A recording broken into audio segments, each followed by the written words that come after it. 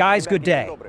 Remember, in 1988, the American car market was the largest on the planet, and that's when the Lexus brand first entered with its LS sedan. At that moment, BMW and Mercedes were leading the parade. Lexus offered slightly faster acceleration, slightly better braking, slightly better interior finish, better build quality, electronics, and naturally, a lower price. Over several years, it soared to the top of sales charts, and if I'm not mistaken, it still holds that spot. Today, everything has changed. In China, there are $27 trillion in the money supply. This is more than the United States, Germany, and Japan combined. The most important car market is now situated in China. And as you have already realized, the Chinese replicated what Lexus did, but with even greater success. If there is someone in front of the screen who is a fan of the Mercedes brand and is watching this video standing up, I recommend sitting down because it might blow your mind. Today in the review, we compare the Mercedes GLS in its top version and the Lixiang L9 in its top version. I'm not considering the AMG version because they lack chips, and it's impossible to order it. We await the sporty Lixiang L9 with 700 horses and 0 to 100 in 3 seconds. We will compare them. And today, we will compare these two beautiful cars. Let's go.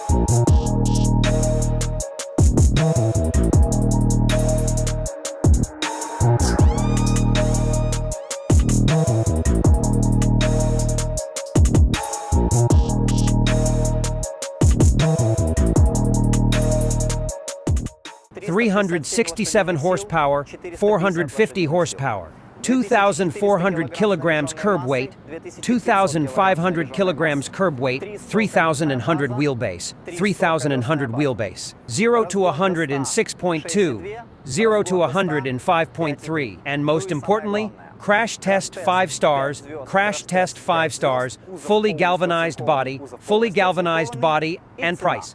This car is imported, so we won't mention the Chinese price. The car is made in America. It comes here from America. It costs there. This configuration costs $100,000 after taxes. The L9 model is manufactured in China, and here it costs $62,000 according to today's exchange rate.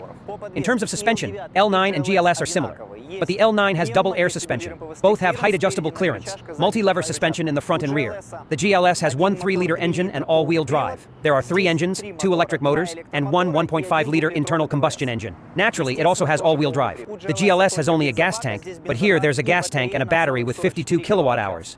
Look at how beautiful it is, right? Such beauty. In the picture, it all seems made of such expensive materials, everything looks so stylishly assembled. But when you sit down here and begin to touch all of it,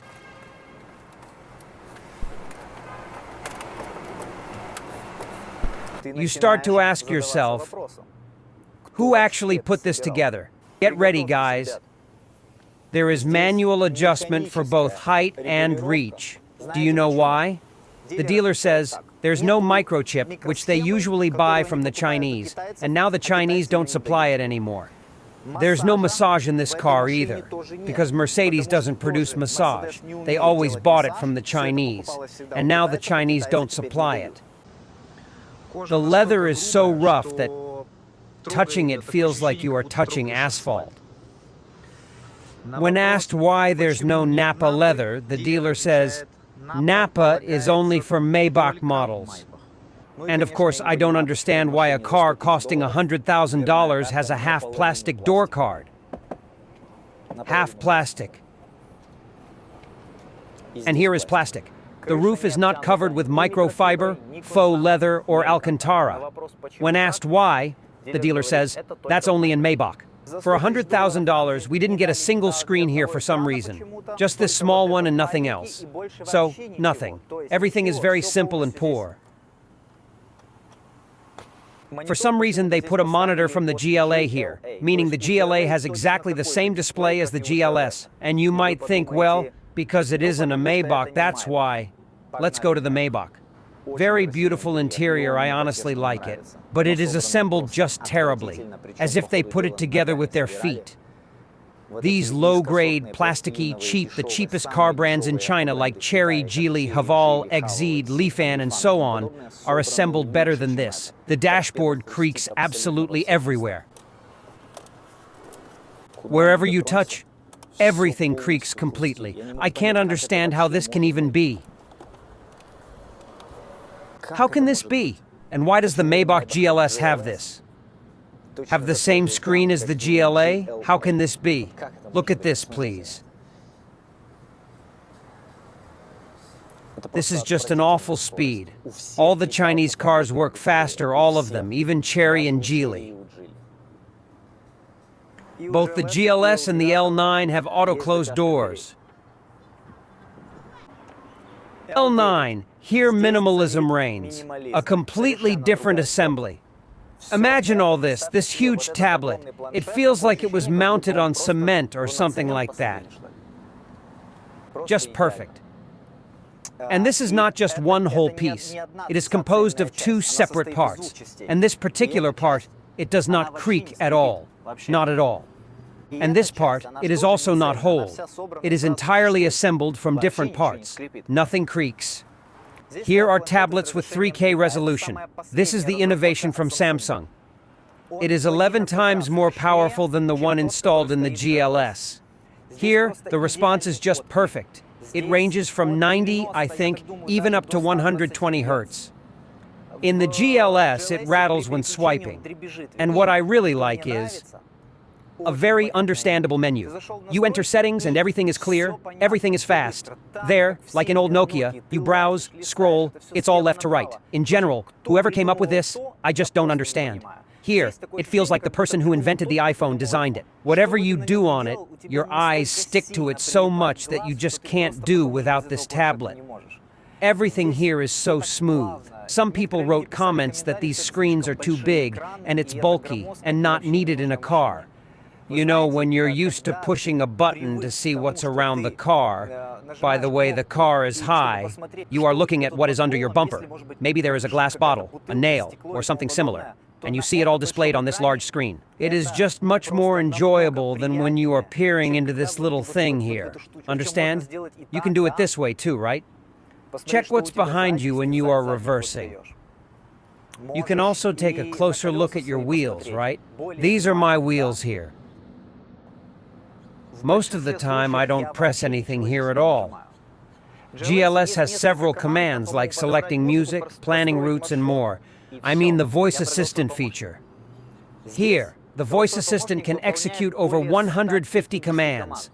Since this vehicle is essentially one large gadget, you can use your voice to turn absolutely everything on and off here. I'm quite sure everyone wants to know if the screens are blinding at night.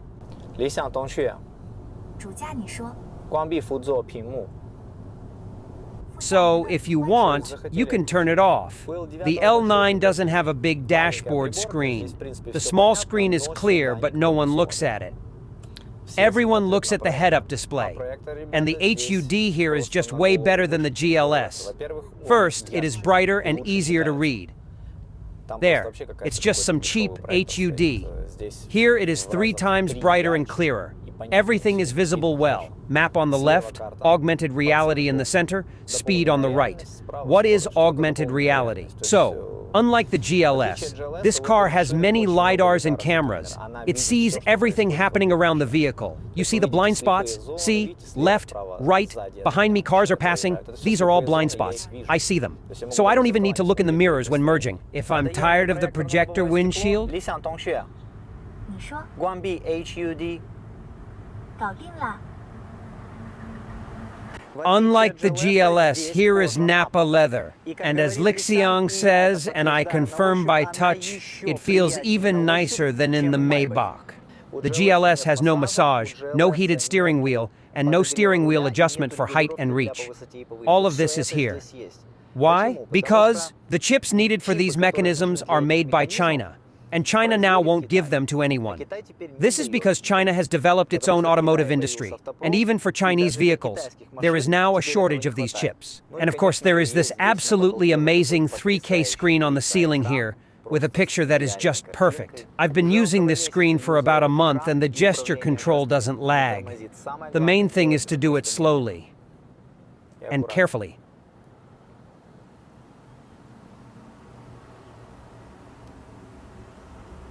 It understands. Activate silence. Music. In the $100,000 GLS450, there are 12 Harman Kardon speakers, which provide excellent sound quality. Here, there are 21 Dolby Atmos speakers with 4D sound. When you watch a movie or listen to music, it feels like you are in a cinema. There. Just good sound, nothing more. Here, there's also a fridge with a heating function, which seems unnecessary. But I started using it, and it's really cool. Just cool. You always have cold water. If you need to heat up your food, either throw in some yogurt, throw in some milk, or mix up some protein for yourself and throw it in right away. And then during the day, you drink it. It's just awesome. Just really cool. How could I live without it? I don't know. Table. On one hand, it's just a table. But I started using it. I arrive where I need to be, jump over here, open my laptop, work, and it's very cool. I reclined my seat, and it's just perfect. Really great. Many people asked about the bed mode in this particular car. Aligning the third row with the second for a flat floor is impossible. However, the right seat has zero gravity mode. By the way, Lixiang also sell inflatable beds made specifically for this shape. Very easy to inflate, just plug it in the socket. They inflate and you can sleep peacefully.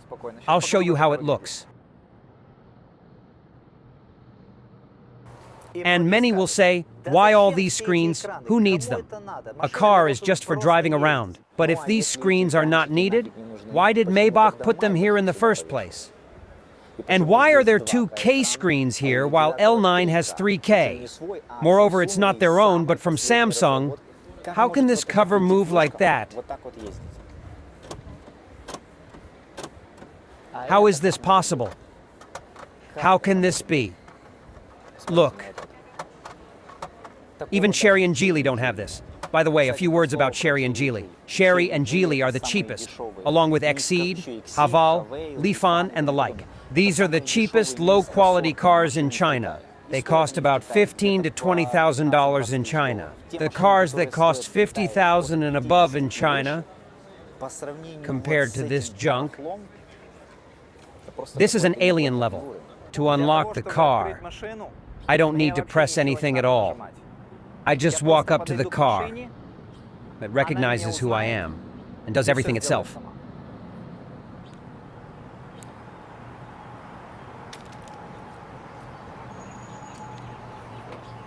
The handle opens up, the step out, the electric motor starts up, and the climate control turns on. While I'm not in the car, the steering column will always be raised to the top, and the seat lowered to the bottom, making it easier for me to get in.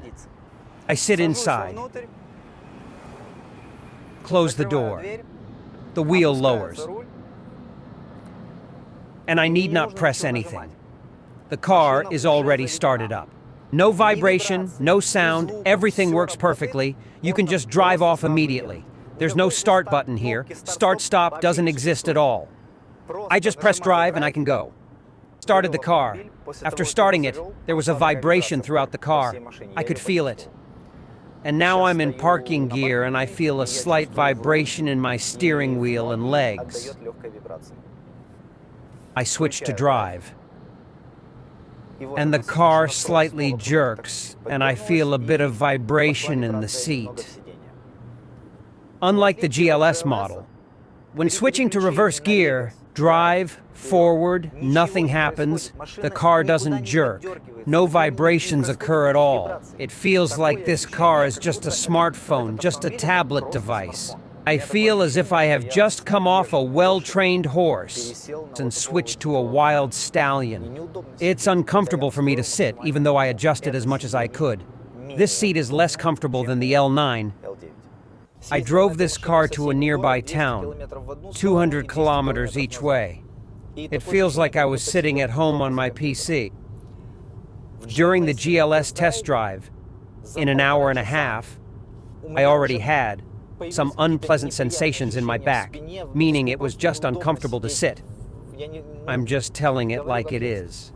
I drive and realize it feels like I switched from a M16 rifle to a 3-line rifle, where you need to do this. It's the same thing.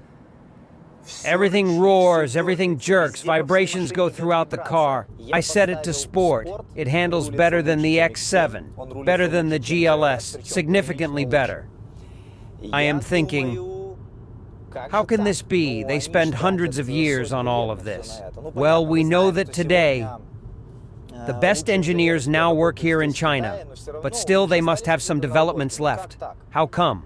Went online, searched around, watched the moose tests, and it turned out that both the X7 and GLS just completely failed this test. They didn't even manage 65 kilometers on the test. Go on YouTube, search for X7 moose test, GLS moose test, and you'll see how they failed the tests.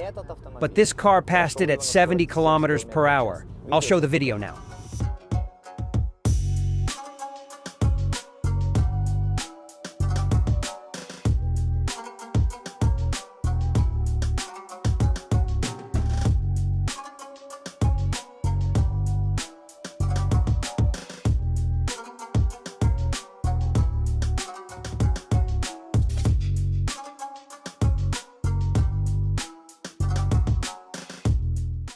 And you'll say, why compare an electric car with a generator to a regular internal combustion engine? First of all, I am comparing the flagship Mercedes with the flagship Li Auto, and both of them run on gasoline, which is why I am comparing them. It's not the fault of the Chinese that Mercedes lacks such advanced technologies, right? Now let's talk about comfort. When I switched from standard to comfort mode and lowered the clearance to the lowest, it became softer than the GLS, significantly softer. The frontal impact on the wheels is especially different. That is, 20 to 30 kilometers per hour over a speed bump. Here, it absorbs it with a dull, muted sound. In the GLS, it hits, and it hits with a ringing sound in your ears. It feels like you got hit. I don't want to say GLS is stiff. It's not really stiff for a crossover car. Anyone switching from an S-Class sedan to a GLS will immediately say, "Oh my," from a couch to a stool. And that's exactly how it is. Any crossover is stiffer than any sedan. That much is clear, right? Physics, it's an exact science. But for such an amount of money. And this is a Mercedes. Why does the suspension perform so poorly? It hits bumps, making an unpleasant noise. So you find a deep manhole, drive into it, and it hits, making noise throughout the car. But I want to point out that there are no creaks in the trim or the roof, only the dashboard creaks, and you can hear it on bumps. But regarding the trim, everything okay. The gearbox, I can feel every single shift, and that also starts to get annoying. Not used to it. The L9 has no jerks at all when shifting gears, simply because there is no gearbox here. Here there's just a single gear, like on a tram, one forward, one back, and you ride it endlessly to infinity. To make a sudden burst, I need to press the pedal fully. It takes him 2 seconds to think about it. To shoot forward. 2 seconds to shoot forward. In sport mode, it will immediately accelerate instantly. But in this kind of standard mode, where it thinks for 2 seconds before kickdown, it consumes 14 liters in city driving. If I switch to sport mode, so that the pedal is always ready, it will consume 20 liters. 14 liters in standard, 20 in sport mode. And that's 367 horses. 2,400 kilograms curb weight. Such old technology. Technology from the 19s. No matter the speed you drive, you press the gas pedal down, because it's an electric car, and you instantly take off. You get immediate torque. Well, the sensations are roughly like this. So you understand, it's approximately like having the gearbox switch to sport mode in a GLS. But there, you get roaring, consuming oil and gasoline. Here it's like using a tablet. You drive calmly, press the pedal to the floor, and teleport without any sound. Fuel consumption. 14 in standard, 20 in sport mode for the GLS, but here, no matter how hard you push the engine, no matter what you do, honestly, I'm driving calmly now, because I'm focusing on talking to the camera, you see. But usually I drive fast. That is, on the highway. I had 7 liters at a speed of 140 kilometers per hour on cruise, and I thought I would get 6 in the city. I didn't get 6, guys. I double-checked. I don't trust the computer. I'm telling you, I double-checked by refilling to a full tank several times. It showed the same in the city. Several times I filled up the full tank, and several times it showed 7.4 consumption in the city. And that's despite the fact that I drive fast, I constantly press. So, no matter how hard you push this car, the consumption is still 7.5 liters. The battery here is 52 kilowatt hours. I've double-checked it several times. If you fully discharge it to 0, it will travel about 220 kilometers, naturally in summer, in a calm mode. Sometimes I see comments where people talk about some dishonest Chinese kilometers. Let me tell you how to understand this issue. Firstly, you must understand that everyone buys batteries in China. So everyone, including the German trio, the electric German trio, iX there and everything else, they all have Chinese kilometers. That's the first thing. Secondly, you need to look at the battery capacity and the curb weight. These are 2 important components. And with the same calm driving, the car with the lower curb weight and higher battery capacity will logically travel further, right? So that's why the Tesla Model X with a 120 kilowatt-hour battery and cars of the same weight, Ion LX or Neo ES8, for example, with a battery of 150 kilowatt-hours, will naturally go farther. Both crossovers are the same length, and here and in the third row, the space is the same, and basically, the electronics here are the same. If desired, you can lower the seat. And if the bags are heavy, I can lower the clearance. Everything is the same.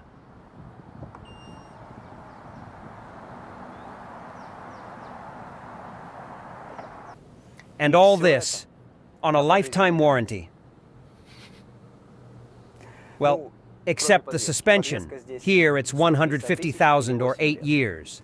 3 motors, a battery, all electronics, and a gearbox. Everything listed has a lifetime warranty. Suspension 150,000, 8 years, and in GLS it's 5 years, 100,000. Suppose you find yourself in a tough spot, and on the left and on the right you're squeezed by this German junk with 15-year-old technology. What do? Well, let's say it's as narrow as possible and you can't get in. Open up the application, connected your smartphone to the car quickly, you got these lights, and you calmly roll the car out.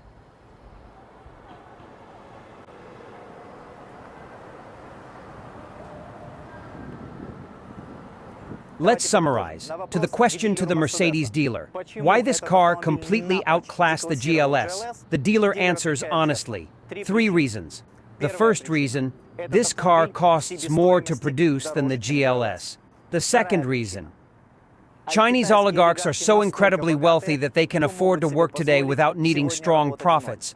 And the third reason is, all the most advanced technologies today are only with the Chinese. Everyone else is now behind.